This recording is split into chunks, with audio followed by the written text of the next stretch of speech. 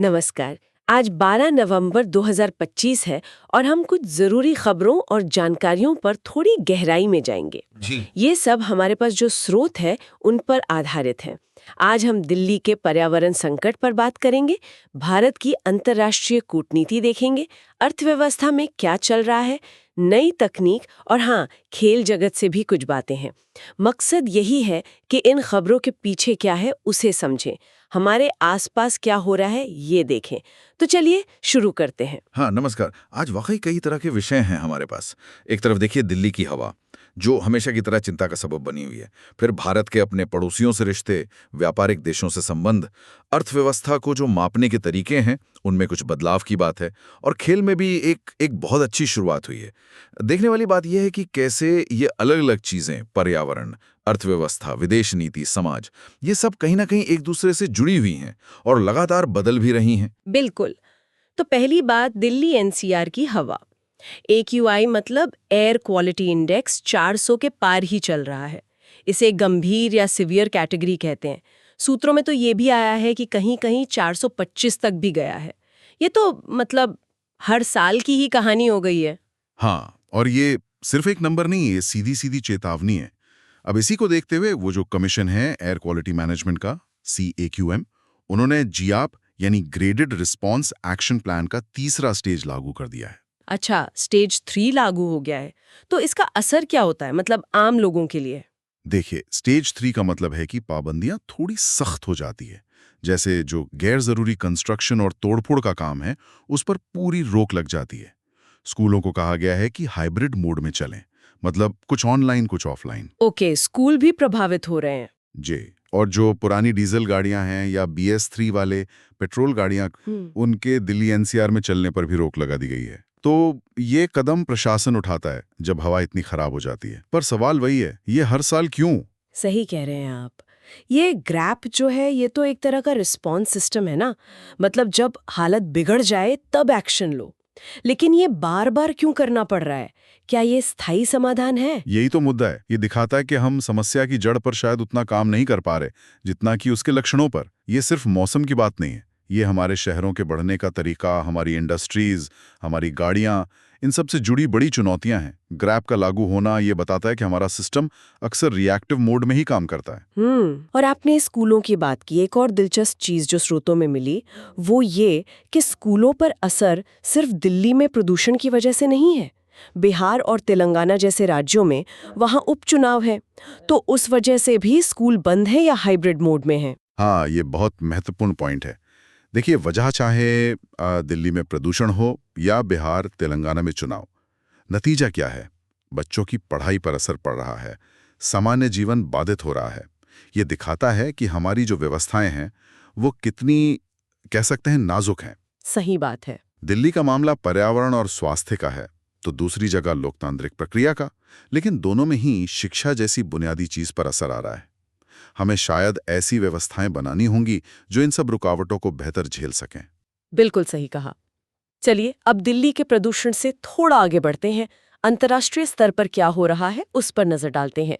प्रधानमंत्री नरेंद्र मोदी आज से भूटान के 2 दिन के दौरे पर हैं। हाँ, ये दौरा भारत की जो नेबरहुड फर्स्ट यानी पड़ोसी पहले की नीति है, उसके लिहाज से काफी महत्वपूर्ण है।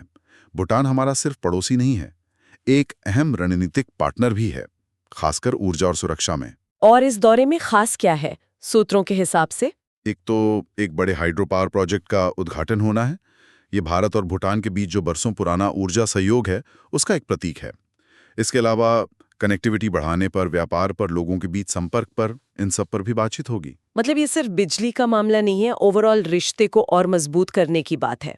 अच्छा, और पड़ोस के अलावा पश्चिम की तरफ देखें तो कनाडा के व्यापार मंत्री मनिंदर सिद्धू वो भी आज और कल दिल्ली में हैं। जी, और उनका ये दौरा एक खास वैश्विक संदर्भ में हो रहा है। देखिए, हमारे पास डन एंड ब्रैडस्ट्रीट की एक ताज़ा रिपोर्ट का जिक्र है, इकोनॉमी ऑब्जर्वर रिपोर्ट। वो कह रही है कि दुनिया की जो बड़ी अर्थव्यवस्थाएं हैं, विकसित देश, उनमें थोड़ी सुस्ती आ रही है और ग्लोबल ट्रेड में, व्यापार में एक तरह का बिखराव या फ्रैगमेंटेशन दिख रहा है। मतलब देश थोड़ा चुन चुन कर व्यापार कर रहे हैं, सप्लाई चेन बदल रही हैं। अच्छा, तो ऐसे में कनाडा के साथ व्यापार बढ़ाने की ये कोशिश, क्या ये उस बिखराव का कोई जवाब है या? हाँ, कुछ हद तक कह सकते हैं। जब दुनिया भर में व्यापार को लेकर थोड़ी अनिश्चितता हो तो जो मजबूत द्विपक्षीय रिश्ते होते हैं वो और भी जरूरी हो जाते हैं। और रिपोर्ट ये भी कहती है कि इस माहौल में भी भारत की अर्थव्यवस्था तुलनात्मक रूप से काफी मजबूत, मतलब रेजिलेंट बनी हुई है। तो कनाडा जैसी G7 अर्थव्यवस्था के साथ व्यापार को और बढ़ाना भारत के लिए अपनी इस मजबूती को और कंसोलिडेट करने का एक तरीका हो सकता है। तो ये दौरे सिर्फ रस्मी मुलाकातें नहीं है, ये बदलते हुए ग्लोबल समीकरणों में भारत की सक्रिय कूटनीति और आर्थिक रणनीति का हिस्सा है। अर्थव्यवस्था की बात चली है तो एक और खबर है जो सीधे इससे जुड़ती है कि हम अपनी इकोनॉमी को मापते कैसे हैं।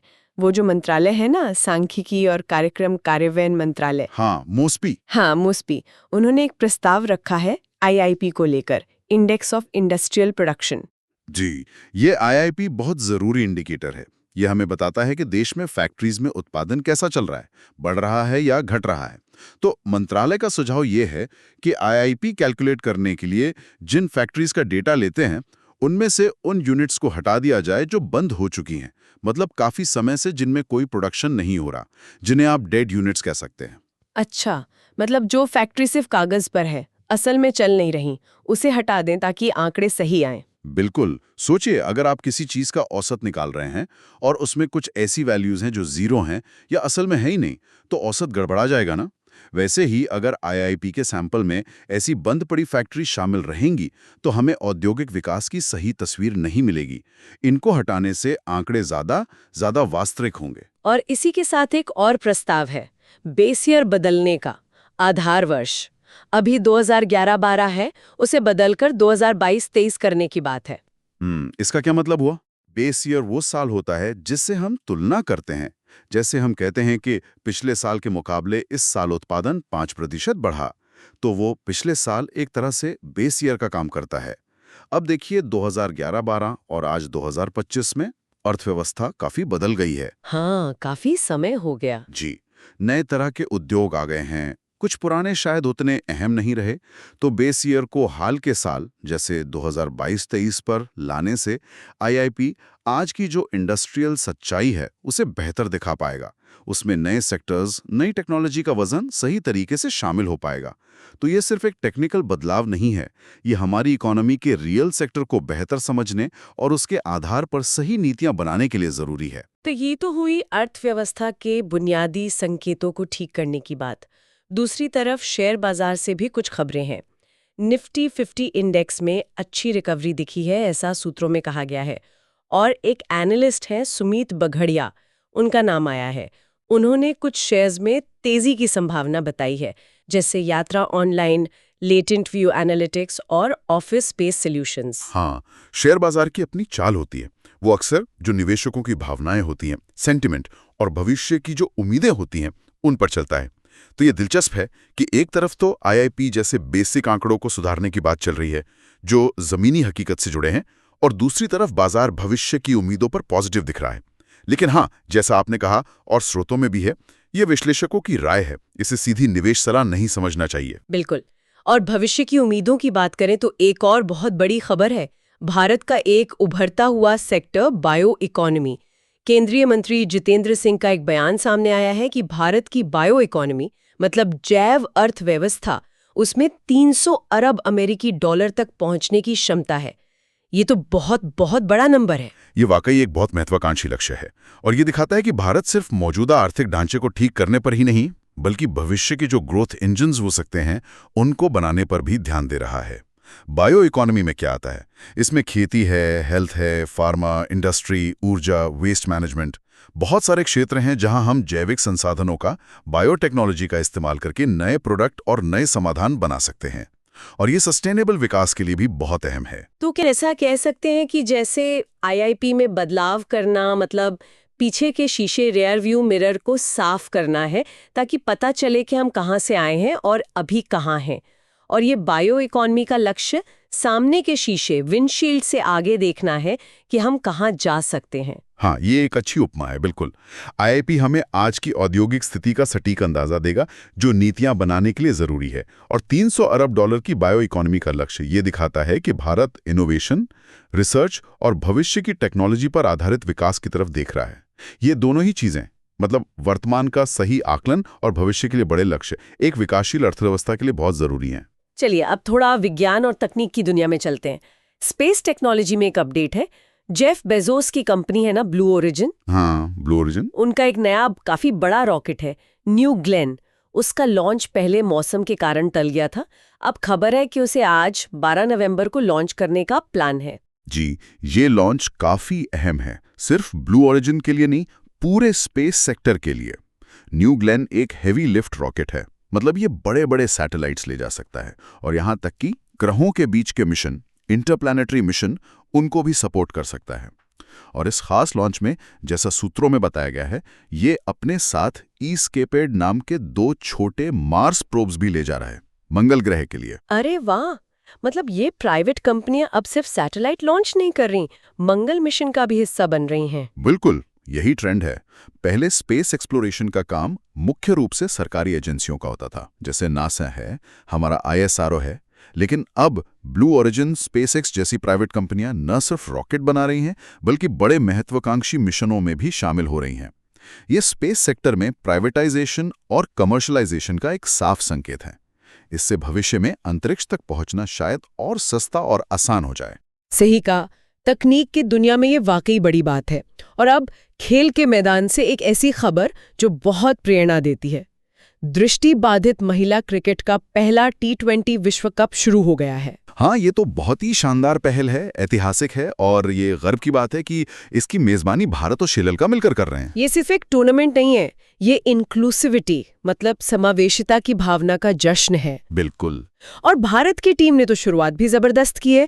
खबरों के मुताबिक अपने पहले ही मैच में श्रीलंका को 10 विकेट से हरा दिया। बहुत बड़ी जीत है ये। अरे वाह। हाँ जी, ये टूर्नामेंट CBI यानी cricket association for the blind in India और उनके एक बैंकिंग पार्टनर मिलकर करवा रहे हैं। और मैच दिल्ली, बैंगलोर, कोलंबो में होने हैं। देखिए, इस जीत से भी ज्यादा जरूरी बात यह है कि ये विश्व कप हो रहा है। ये दिखाता है कि खेल कैसे सारी बाधाओं को तोड़ सकता है। दिव्यांग एथलीट्स को अपनी प्रतिभा दिखाने का मौका मिल रहा है। कुछ साल पहले शायद हम ऐसा सोच भी नहीं सकते थे। ये समाज में जो नजरिया बदल रहा है, उसका भी प्रतीक है। दिव्यांग जनों को समान अवसर मिले, सम्मान मिले, ये भावना बढ़ रही है। तो जैसे आपने कहा, न्यू ग्लेन का लॉन्च सिर्फ एक रॉकेट लॉन्च नहीं है, वो प्राइवेट स्पेस यात्रा में एक अगला कदम है। वैसे ही ये क्रिकेट विश्व कप सिर्फ एक खेल नहीं है, ये समाज में बढ़ती हुई समावेशिता का प्रतीक है। बिल्कुल सही कनेक्शन जोड़ा आपने। ये दोनों खबरें अपनी अपनी जगह पर हदों को, सीमाओं को आगे बढ़ा रही हैं, नई संभावनाओं को खोल रही हैं। एक तकनीक के जरिए ब्रह्मांड की सीमाएं लांघने की कोशिश है, तो दूसरा सामाजिक बाधाओं को तोड़कर इंसान के जज्बे की मिसाल है। तो आज हमने काफी सारी अलग अलग चीजों पर बात की। हमने देखा कि दिल्ली कैसे प्रदूषण से जूझ रही है, GRAP जैसे उपाय हैं, स्कूलों पर असर पड़ रहा है, और ये असर सिर्फ दिल्ली तक नहीं, दूसरे राज्यों में भी है, भले ही कारण अलग हों। फिर हमने भारत की विदेश नीति देखी, भूटान से रिश्ते गहरे हो रहे हैं, कनाडा से व्यापारिक संबंध मजबूत करने की कोशिश है, वो भी एक अनिश्चित वैश्विक माहौल में। फिर अर्थव्यवस्था की बात हुई, कैसे IIP जैसे सूचकांकों को ठीक किया जा रहा है ताकि सही तस्वीर मिले, और कैसे बायो इकोनॉमी जैसे भविष्य के सेक्टर में $300 अरब का बड़ा लक्ष्य रखा गया है। शेयर बाजार अपनी चाल चल रहा है। और आखिर में विज्ञान और समाज की 2 झलकियां, ब्लू ओरिजिन का रॉकेट और दृष्टिबाधित महिला क्रिकेट विश्व कप। अगर इन सबको एक साथ रखें तो ये आज के भारत की क्या तस्वीर दिखाते हैं? ये एक जटिल तस्वीर है, लेकिन बहुत डायनामिक है। एक ऐसा भारत जो एक साथ कई मोर्चों पर लगा हुआ है। घर में देखें तो प्रदूषण जैसी पुरानी गंभीर चुनौतियां हैं जिनसे निपटने की कोशिश हो रही है, भले ही समाधान अभी पूरी तरह मिले ना हो। बाहर देखें तो दुनिया बदल रही है और भारत उसमें अपनी जगह बनाने, अपने हितों को साधने में पूरी तरह सक्रिय है। आर्थिक मोर्चे पर पुरानी व्यवस्थाओं को, जैसे IIP, ज्यादा प्रासंगिक बनाने की कोशिश है ताकि पता चले कि हम खड़े कहाँ हैं। लेकिन नजर सिर्फ आज पर नहीं, भविष्य पर भी है। बायो इकोनॉमी जैसे नए इंजन तैयार करने की बात हो रही है, और सामाजिक स्तर पर समावेशिता को बढ़ाने की कोशिशें दिख रही हैं, जैसे ये क्रिकेट विश्व कप। तो कुल मिलाकर ये तस्वीर है चुनौतियों से जूझने की, लगातार बदलते रहने की, अडैप्ट करने की और भविष्य की तरफ देखने की। ये कोई रुकी हुई तस्वीर नहीं है, ये एक लगातार चलने वाली प्रक्रिया है। बहुत अच्छे से आपने इन सारी बिखरी हुई कड़ियों को जोड़ा। आज की इस बातचीत के लिए आपका धन्यवाद। तो ये थी 12 नवंबर 2025 के कुछ खास खबरें और उनके मायने जो हमें उपलब्ध स्रोतों से पता चले। धन्यवाद। हाँ, बस एक आखिरी बात या कहिए एक विचार जो मन में आ रहा है आज की चर्चा से ही जुड़ा हुआ। हमने बात की कि कैसे आईआईपी जैसे आर्थिक आंकड़ों को और सटीक बनाने की कोशिश हो रही है ताकि असली औद्योगिक तरक्की पता चले, और हमने 300 अरब डॉलर की बायो इकोनॉमी की भी बात की जो शायद विकास का एक नया ज़्यादा टिकाऊ रास्ता हो सकता है। तो सोचने वाली बात यह है कि भविष्य में जब हम विकास या प्रगति की बात करेंगे तो क्या उसे मापने के लिए सिर्फ आईआईपी, जीडीपी जैसे पारंपरिक आर्थिक आंकड़े ही काफ़ी होंगे, या हमें विकास की परिभाषा को ही और बड़ा करने की जरूरत है? क्या हमें पर्यावरण का संतुलन, संसाधनों का सही इस्तेमाल, सामाजिक बराबरी, समावेशिता, इन सब पहलुओं को विकास मापने के पैमाने में और ज्यादा अहमियत देनी होगी? और अगर हाँ, तो क्या हमारे पास आज वो तरीके हैं, वो डेटा सिस्टम है जो इस व्यापक परिभाषा को सही मायने में माप सकें?